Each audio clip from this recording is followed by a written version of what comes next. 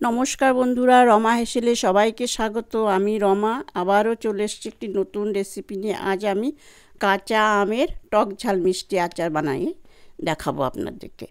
খুব শর্টকাটে বানাবো। দেখুন, এটা অনেক দিন সংরক্ষণ করে রাখতে পারবেন।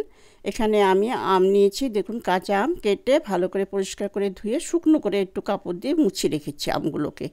খুব সহজে হয়ে যাবে, বেশি কিছু লাগবে না। এখানে দেখুন কড়া বসিয়ে দিয়েছি।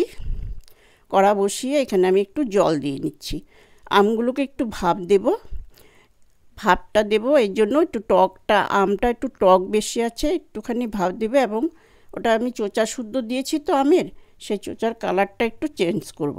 সামান্য একটু, সেদ্ধ করব না, একটু সামান্য ভাপ দেব শুধু আমটা, কোনো নুন দেইনি। দেখুন আমের চোচার কালারটা চেঞ্জ হয়ে গেছে এবং আম শক্ত রয়েছে। এটা অনেক দিন সংরক্ষণ করে খেতে পারবেন। ভীষণ টেস্টি একটা আচারটা, রুটি হোক বা এমনিতেই খাওয়া যায়, একদম টক ঝাল মিষ্টি আচার। তো এখানে আমি সর্ষের তেল দিয়ে দিচ্ছি কড়াতে। তেলটা একটু বেশি দিচ্ছি কারণ এটা রোদে দেওয়ার কোনো ঝামেলা নাই, সেই জন্য একটু তেলটা একটু বেশি দিচ্ছি। স্কিপ না করে পুরো ভিডিওটা দেখুন।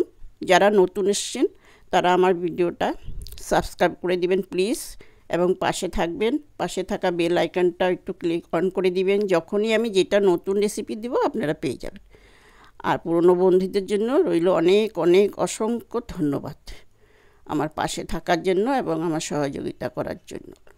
আমটাকে আমি একটু নেড়ে চেড়ে নেব, ভেজে নিচ্ছি একটু। এখানে আমি লাল লঙ্কা গুঁড়ো নিয়েছি, ঝাল লঙ্কা গুঁড়ো আপনাদের ঝাল অনুযায়ী দিবেন, যেহেতু এটা ঝাল। আর এখানে আখের গুড় নিয়েছি, নুন থাকবে, আর একটু থাকবে ভাজা মশলা। সেই ভাজা মশলা আমি দেখাচ্ছি আপনাদেরকে। এটা হচ্ছে ভাজা মশলা। এটা আমি খোলায় ভেজে গুঁড়ো করে মিক্সিতে স্টক করে রেখে দিই। যখনই আমি আচার বা কিছু বানাই ওটা আমি করি। এর মধ্যে কিছু নেই, শুধু আছে ধনে, জিরে, শুকনো লঙ্কা, আর আছে সর্ষে, কালো সর্ষে দিয়ে আমি এটাকে গুঁড়ো করে স্টক করে রেখেছি আচারে দেওয়ার জন্য।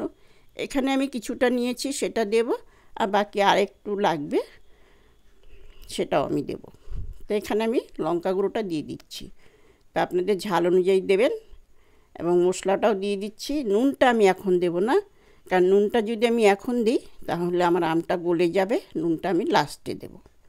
এটাকে দিয়ে আমি গুড়টাও দিয়ে দেব। গুড়টা একটু নরম, যদি শক্ত গুড় থাকে একটু নরম করে নেবেন। শিলনোড়া দিয়ে একটু গুঁতলে গুড় নরম হয়ে যায়, আমিও তাই করেছি। দেখুন একটু নেড়ে চেড়ে নিয়েছি। যতক্ষণ গুড়ের কাঁচা গন্ধটা না যায় আমাকে এইভাবে নেড়ে নিতে হবে। কত সুন্দর কালার হয়েছে দেখেছেন, খুব সুন্দর কালার, খেতেও সেই টেস্টি। আমি এখানে আরও কিছুটা ভাজা মশলা গুঁড়ো দিয়ে দিলাম। তো এইভাবে এটা প্রায় হয়ে এসছে। আমি এখন দেব নেড়ে চেড়ে নুনটা দিয়ে এটা আমি নামিয়ে দেব। এটা ঠান্ডা করে কাচের বয়মে রেখে দিবেন, অনেক দিন খাওয়া যায়, এটা ভীষণ ভালো। আমি নুনটা পরিমাণ মতন দিয়ে দিলাম। একবার বানিয়ে খান, মুখে লেগে থাকবে। খুব সহজে হয়ে যায়, বেশি কিছু দিইনি, আপনারা দেখতেই পেলেন।